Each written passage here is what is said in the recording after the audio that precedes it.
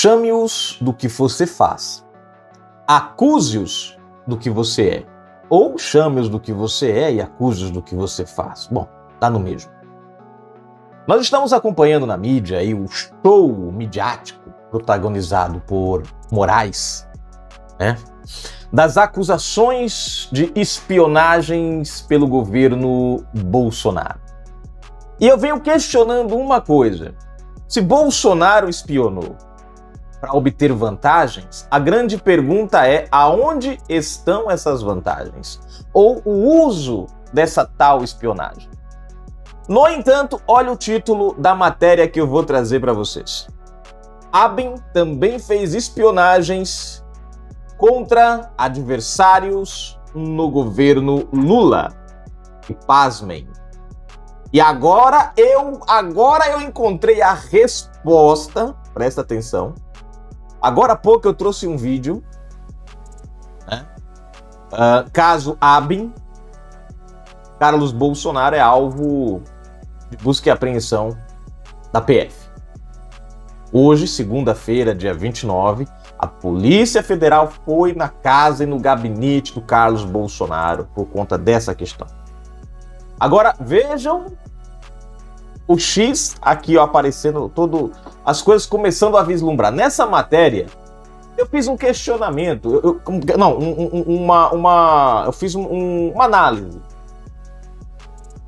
Eu falei, Bolsonaro, o segundo dizem aí, o cara vigiou, E eu fiz a pergunta, aonde que está o uso dessas informações por Bolsonaro? Quais são as vantagens que ele teve que pode se atribuir a essa... Porque o cara se tornou inelegível, a gente sabe o que aconteceu no outubro, no fatídico outubro de 2022. A maior prova disso, gente, é a live de Bolsonaro ontem. Cara, ontem, só na espera, isso eu olhei ontem, 8h30 da manhã, só na espera, eu não vou nem falar na quantidade de pessoas que estavam lá penduradas esperando, não.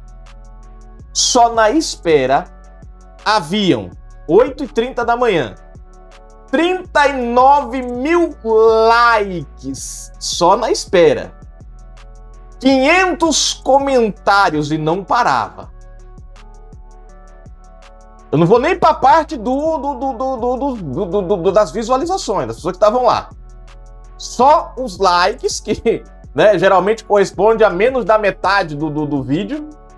Dificilmente você tem um vídeo que passa da metade, tipo, você tem 100 mil visualizações, 60 likes. Não, geralmente é 100 mil visualizações, 30 likes. Isso com o vídeo rolando. No caso do Bolsonaro, estava só esperando.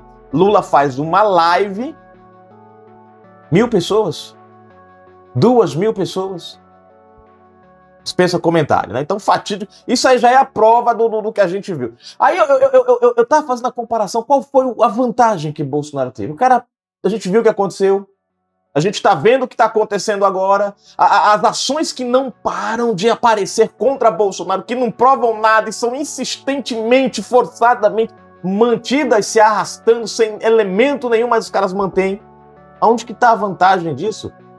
Porque para quem espionou, filho, não tem jeito. Ninguém é perfeito, não. Todo mundo tem um calcanhar de Aquiles. Por que Bolsonaro não usou, se espionou? Agora, pasmem, governo Lula não só espionou, como gravou conversas de um presidente do Supremo Tribunal Federal, STF, e o nome dele, Gilmar Mendes. E foi a questão exatamente que eu usei na outra matéria, que eu falei agora há pouco para vocês, que eu perguntei para mim, falei, gente, é algo estranho. Falei, é algo estranho. É como se esses ministros tivessem alguma coisa, assim, sabe? É como se o PT tivesse alguma coisa contra eles. Já falei isso aqui em live, já falei isso aí, que as ações de Moraes, eu usei até essa frase, as ações de Moraes são fora da curva. Desrespeitam e vão longe da Constituição. E pro cara fazer isso, do jeito que... É porque alguma coisa, gente, tá errada. E eu falei, Gilmar Mendes chegou a chamar o PT de cleptocracia, de Orcrim, e hoje o cara tá ao lado do PT. E esquece a matéria traz à memória que a ABIN, no governo Lula, gravou conversas de Gilmar Mendes com o senador. Agora, presta atenção. Presta atenção. Na ação, no que nós vamos ler aqui, são as coisas relacionadas ao PT. Você vai ver, falar da investigação e você vai ver o fato. Não só disseram assim, ó, a ABIN investigou. Não. Ou melhor, a ABIN, o PT usou a ABIN para espionar. Não vai ser só isso. Aqui você tem o nome do quem foi espionado e o porquê e o que foi espionado. Diferente dessa questão do Bolsonaro. Estão atribuindo espionagem, mas ninguém atribui nenhum fato, ó a redundância, nenhum fato de fato a Bolsonaro. É aquela história, fulano é culpado por ter sumido isso aqui. Sim, mas fulano estava lá? Não, ele é culpado. Não, mas fulano, você viu fulano entrar e pegar? Você viu fulano vender isso aí? Não, mas peraí. Por quê? Qual a finalidade de fulano? Ele mudou alguma coisa? Ele melhorou de vida depois que ele roubou esse negócio aí? Não. Você só acusa o cara de ter feito, mas você não mostra, né, o fruto do feito, o benefício do feito. Nesse caso aqui a gente vai ver. Segura aí! Se você não é inscrito no canal, se inscreve agora mesmo, ativa o sininho das notificações e marque a opção receber todos os vídeos. Na descrição tem chave Pix, seja um patrocinador do nosso canal, ajude o nosso trabalho. As nossas lives são todos os sábados, às 20 horas, 30 minutinhos, e aqui o seu comentário ganha voz. No final da descrição tem um link do nosso Twitter, para você não perder nenhuma matéria. Acompanha a gente bem de pertinho lá, todas as matérias, tá? E você pode encontrar a gente também lá no Busca, pelo @Brasil Notícia 83. Outra coisa que eu quero chamar a sua atenção é que aqui, com o Bolsonaro e tudo que envolve Bolsonaro, isso devia chamar a nossa atenção, é sigiloso. Por que é sigiloso? Já as investigações do PT na época não eram sigilosas. E aí eu vou explicar para você agora o porquê. Porque contra Bolsonaro não tem crime, gente. Se eles fizerem essa investigação em aberto para todo mundo ver, que deveria ser feita assim, a própria população não vai encontrar elemento, e o que já não é, e o judiciário, que já não tem credibilidade, vai a zero. Por isso eles tornaram sigiloso, para a gente ficar só com o que eles soltam e não ter nenhum acesso a informação nenhuma. No tempo do Lula, do PT, e no caso aqui é Lula e Dilma, nos dois governos tiveram o uso da ABIN, né, para benefício próprio, chantagem e tudo mais, né, inclusive até do Fernando Henrique Cardoso. Tem aqui. Né? Aí nessa questão aqui, por que não ficou em sigilo? Porque havia o crime. E se havia o crime, não tinha motivo para esconder. E aqui não, na questão Bolsonaro é que tá o X. Não há o crime, há uma tentativa de manchar a imagem de um cara que mudou esse país. E fez desse país um país melhor. E a esquerda jamais aceitará que esse país se torne um país melhor. É tanto que a maior prova é que um ano de governo Lula, a gente em Davos caiu de 4º lugar de países que eram visados para investimento para 14º lugar. Perdemos 10 posições. A matéria. Vamos lá. O ministro do Supremo Tribunal Federal, STF, Alexandre de Moraes, fez diversas menções à possível existência de uma estrutura paralela dentro da Agência Brasileira de Inteligência, ABIN, durante o governo de Jair Bolsonaro. Presta atenção. Essas citações fizeram parte do despacho do magistrado que autorizou a busca no gabinete e na casa do deputado federal Alexandre Ramagem, PL, Rio de Janeiro, na quinta-feira, 25. O parlamentar era diretor da ABIN e é investigado por supostamente utilizar equipamento para rastrear a localização de autoridades por meio de celulares. Porém, o órgão de inteligência tem um histórico de espionagem clandestina no governo Lula. No segundo mandato do presidente, quase houve uma crise institucional quando foi descoberto que a agência investigava secretamente políticos e ministros do STF. Alguma semelhança com as acusações que nós estamos vendo hoje? Chame-os do que você é, acuse-os do que você faz. Na época, um dos alvos investigados pela ABIN foi o então presidente do Supremo, ministro Gilmar Mendes, que teve as conversas com um senador da oposição gravadas. Opa, e aí, gente? Agora? A agência era chefiada pelo... Ó, preste atenção nesse detalhe aqui. Vou dar ênfase no ponto-chave, só para vocês entenderem que as coisas começam a fazer sentido. A agência era chefiada pelo delegado Paulo Lacerda, lembrem-se desse nome. A agência era chefiada pelo delegado Paulo Lacerda, que tinha sido diretor-geral da Polícia Federal no mesmo governo Lula. Com a descoberta, os ministros do Supremo cobraram uma resposta do presidente. Continuando. Gravar clandestinamente os telefones do presidente do Supremo Tribunal Federal é coisa de regime ditatorial, totalitário. É deplorável? É ofensivo? É indigno? Disse Mendes na ocasião. O escândalo tomou maior proporção quando foi descoberto que o órgão havia colocado mais de 50 agentes para investigar juízes políticos, jornalistas e um banqueiro considerado como desafeto do governo. Estão vendo as semelhanças? Olha só aqui, o nome que eu disse a vocês, Paulo Lacerda. Lacerda foi demitido e substituído pelo delegado Luiz Fernando Correia, que voltou à direção da agência no ano passado. Opa! Estranho, né? Espionagens em outros governos. A ABIN também protagonizou um caso de espionagem clandestina no governo Dilma Rousseff.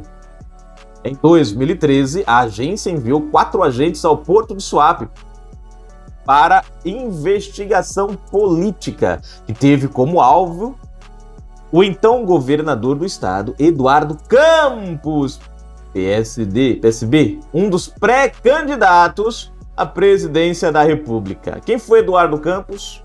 O candidato à presidência que sofreu um acidente de avião. Até hoje ninguém nunca descobriu a causa daquele acidente. E aconteceu justamente no momento em que ele estava ultrapassando Dilma Rousseff nas pesquisas. Os 4 espiões foram identificados ao ingressarem no Porto do Suape e suas identidades foram reveladas. Campos era um dos mais fortes concorrentes à presidência e morreu em 2014, na queda de um avião em Santos, São Paulo.